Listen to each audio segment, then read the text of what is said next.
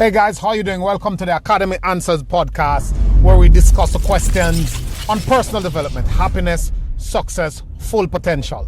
Happiness being the first, deliberately, because everything is geared towards being happy. If you cannot be happy, what else is there? We all do more things. Like human beings, as a matter of fact, by our nature, will do more to avoid pain than we will do to gain pleasure. Especially if that pleasure is not a instant gratifying stuff. It doesn't come in the mode of instantly gratifying you. We will not wait 3 years to do it to get it. We will default by nature. It is normal for us to default into the easy way, the pleasurable way. So we know that by human experience, everything is about our happiness, our pleasure, our joy. We all are, sometimes it's foggy for us and we don't get it, or we take too long, or we're pulled in because of one reason or the other, but that's what we are about. So I'm on my episode 12. We're going this 20 for 20 series, or we're doing 20 episodes based on how to have a good year, 2020, making it a really, really good year for you, a best year in any single area you pick. Whether you want to ace your health, whether you want to ace your wealth, whether you want to ace your relationships, whether you want to ace your career, your money goals, whatever you want to do, I want you to pick up one. I always tell my wife that, like, this is a fascinating concept. Say, okay, I have 10 things to do. I don't know what's going to happen with all 10, but when the year is out, I'm going to nail at least this thing. And you make a big circle around that thing and you do everything. When you stop everything else, when nothing else is happening, that thing must happen. Pick one thing. Carry everything, work on everything, but when they start to fall apart, have one thing that you say, look, this is my flag. This is my marching criteria. I have to nail this come hell or high water. I must come out with this. And that is such a powerful concept. So this morning in episode 12, we're going to talk about the Great Western Disease. And I'm realizing that these are kind of demolishing the success blockers. These are kind of taking things out your way so you can do what you need to do, so you can understand things. Because we all know, I'm telling you, pretty much we know wrong and right from about grade 4. And then we start to put more substance on it by the time we get through high school. We pretty much know it. And you get a guy who's been working for 3 years, who has been, out here in normal society. They know what to do. They'll tell you. They'll tell you how Michael Jordan worked. They'll tell you how Steve Jobs viewed things. They'll tell you how people become millionaires in 9 months. They'll tell you all that stuff. They know, they relate to it, they watch the stories, but they can't get themselves to do it. So we're not worried about the knowledge and the knowing and the awareness. That is already taken care of by default. We all get so many messages being fed to us every day, so we know it.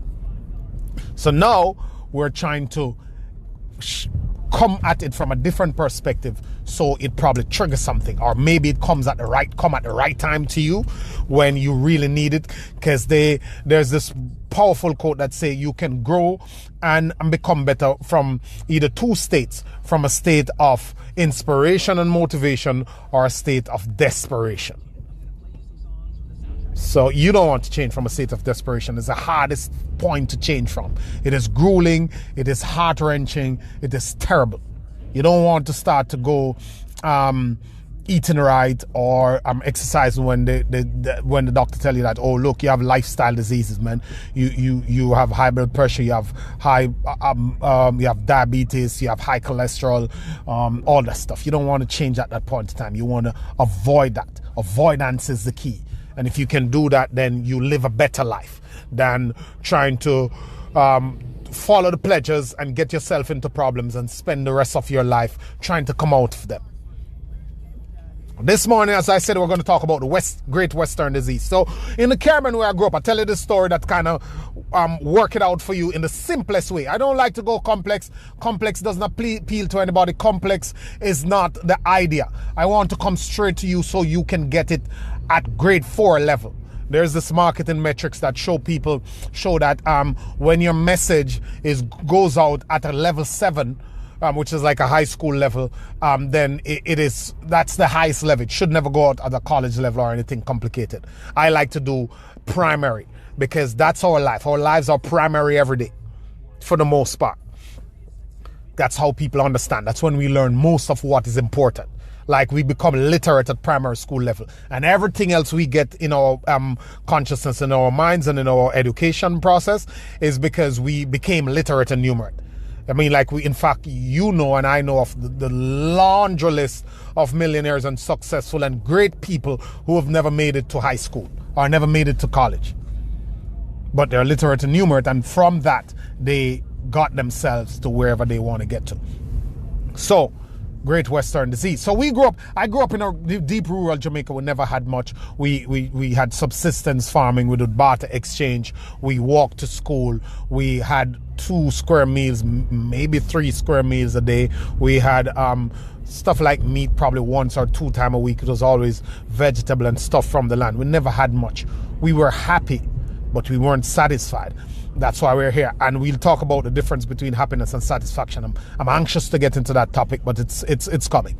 Anyway, so my third car, after I've managed to pull myself through high school, get a job, work for a corporation, looking fancy, start to hustle on the side, start to work out the back of my trunk. I sold stuff out of the back of my trunk and got me to my third car. Nice car. But how we do it, there is the option to go on a lot and to lease and to buy from a car dealer, used car or new car dealer. There's all that option. But in the Caribbean, you'll find out that we're more in third world country. There's more resourcefulness because of the disposable income bit, meaning how much people earn, how much employment opportunities there are, all that stuff. It's different in the way we do things and the way we make things work. It's more resourceful for us. Like we have to cut corners and we have to do all sort of stuff to actually get what we want. So we get a plot of land from a family member, or we buy a plot of land and we start to buy the building materials, and we slowly build our places, our homes, or whatever we're building.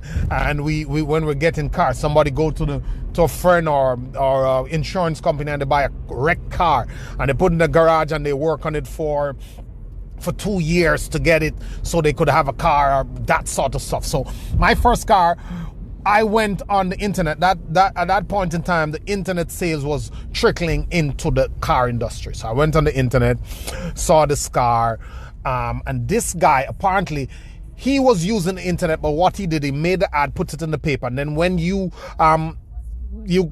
went on his site, or when you called him, he would send you to the site to look at the car, look at the specs and stuff like that. So we had this one in the island, nice Honda Inspire car, looked like the Acuras. It's like 2003, really nice. This was like about 2007 or something. So 4-year-old car, super nice, awesome. Saw it, I got so excited. So you have to wait a month. It was coming from Singapore. You got to wait a month. You got to clear it off the wall. It's the whole process to get into that car and to drive it is about 2 months. I had to wait a whole month, but like 2 months to just get the car, and it was just exciting, and I was anxious. And the first thing I did when I got the car, when I saw the car online, I was like, whoa, this looked good. It has stock rims and everything. So I decided that I was going to go and get myself a super nice set of rims. Men like to put rims on cars and big audio in cars. That's a culture I grew up in, and we do that. So at one point in time, I had this, and put a big muffler on the car so it makes noise. When you're in your 20s, you're excited about that stuff. So I went to this guy who sell rims and sports rims, and then he had this set of rims, really nice set of rims that that would look so good on the car. I'm showing my friends, they were like, yeah, no, that's so awesome. Good, man, go for it. It's going to be awesome. You're going to kill it in Kingston. All that stuff. So I was like, yeah, I'm excited. So gave the guy the money for the rims. I gave him, the car was there. I gave him like 75% of the money. I think he called me like 2,500 US at the time. So, because I had to do tires too, because those tires couldn't fit on the rims that I'm getting. Anyway, I was there one night. And I was talking to a friend, and he said to me, I was explaining to him about the car, and he said to me, so telling him what happened with the rims. And he said, so what happened to the wheels that are on the car? I'm like, nothing. He said, so why are you buying rims for the car? Why are you spending so much money buying rims for the car, man? You're a businessman. What's happening? And I'm like, no, man, it got to look good. It's a nice car. This would look good on it. And he's like, okay. And then what he was saying stuck with me. It stuck in my head. I was like, why are you buying rims for the car? You know, the 2 mornings after that, I drove into the guy's place and said, look, this car is not going to come again. Let's do something. I want a refund. I don't want those rims anymore. And he gave me back my money.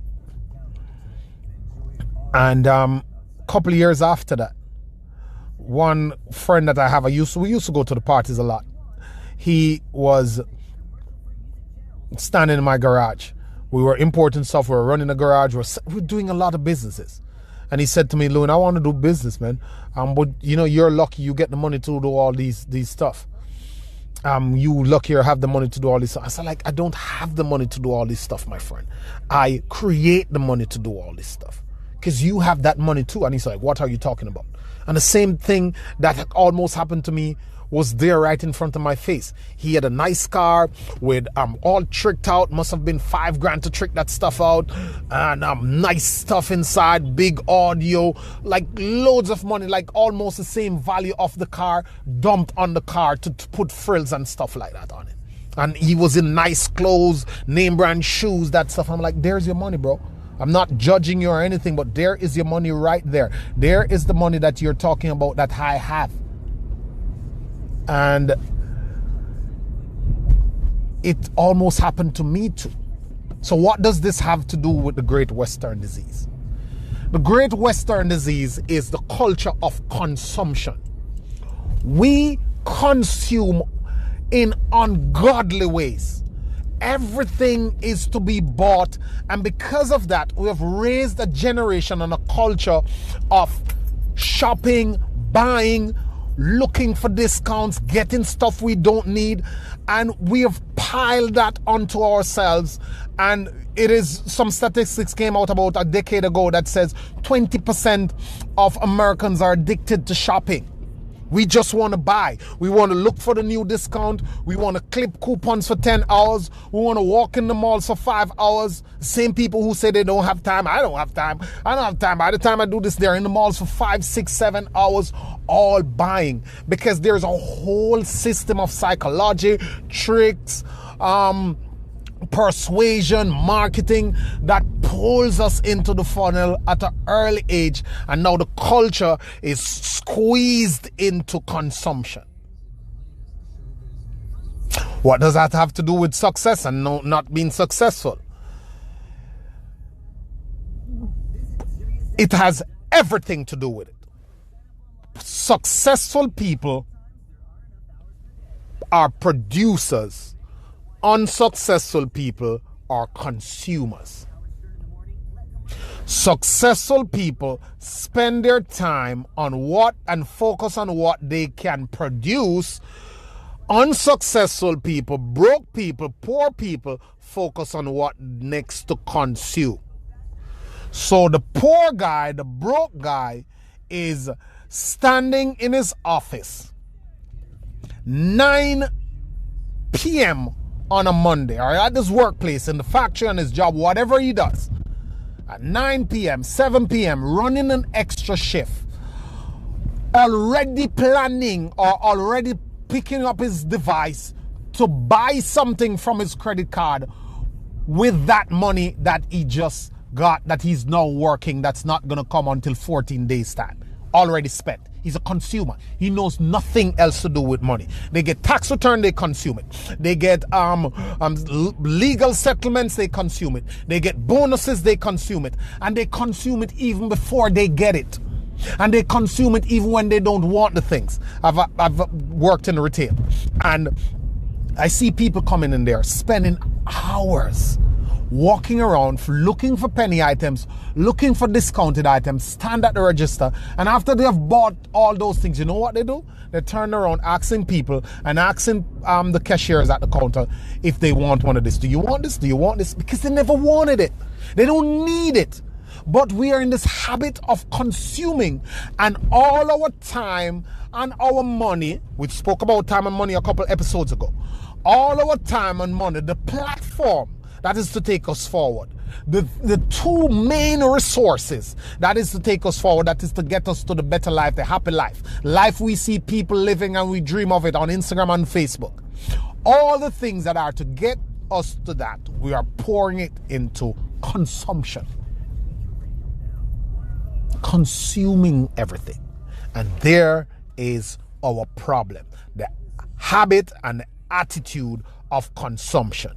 We must stop consuming so much. That is what is getting us. That is what is killing us.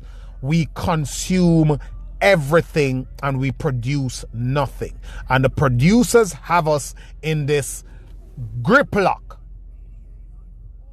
of giving us more things to consume. And society, as I heard one of this famous this name Seth Godin said, that society have a way.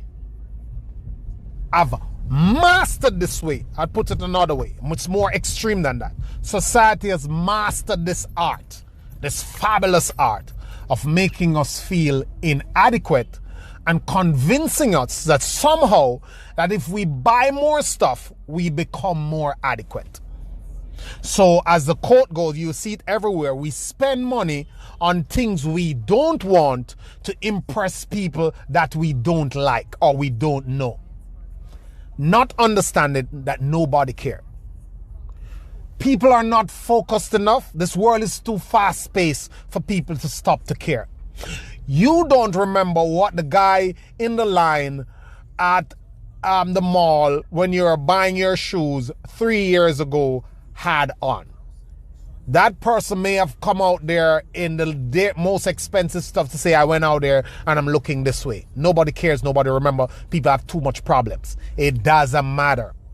But we must get off, as Ryan Lilly said, we must get off, and I'll leave it right here, because that is what is getting us. That is the great Western disease. The attitude of not producing but spending our entire life as consumers, heavy in the consumption quadrant, heavy just buying and getting stuff and consuming Netflix and consuming television and consuming the mall and consuming everything, consuming social media and not producing anything. People have built empires on us. The world is built on the back of consumption. The people who decide that they don't have anything to give to produce except the exchange of their time for money. And when they get that exchange, when they sell their lives at a discounted rate, they'll get compensation. The money they get, the wages and the salaries they get, they'll use it to consume every living thing, every stupid thing on the planet. Just buy, just get another one. Just have this. Oh, this is nice. Oh, this is awesome. You go in the stores, you hear the kids saying it. The parents they skip. Oh, this is so cute. Oh, this is so nice. And it has sucked the life out of the Western world. That's why you can't spend time with your kids. That's why people can't stay home. That's why there's no quality relationship. That's why you haven't spoken to your friends in 10 years, because you haven't visited your parents. You can't do anything meaningful. You haven't built anything. You don't have anything safe, because you're running on a treadmill. You work and you consume. You work and you consume. You sell your time and you consume that money, and you are building nothing that's producing anything for you. So everything is built on your back, and all your life you put the world on your back, depending on your strength, your physical strength, to earn you, and on the mercy of some boss, some company, some corporation and organization to continue to see you as being worthy and valuable and marketable, so they can have you to give you some money. And you complain about these causes while you not what the effects while you nourish these causes. Listen, my friends, get off the treadmill of consumption. As Ryan Lilly said, as I was going to say about a minute ago, get off the treadmill of consumption, replication, and mediocrity. Begin lifting the weight of creativity, originality, and success. Create something. Stop consuming everything. For once in your life, decide that you will produce something that someone else will consume of value, and it will pay you so you can ease the burden off you a little bit and enjoy life, or get to the life that you want to get to. Avoid the great Western disease at all costs. Thank you, guys.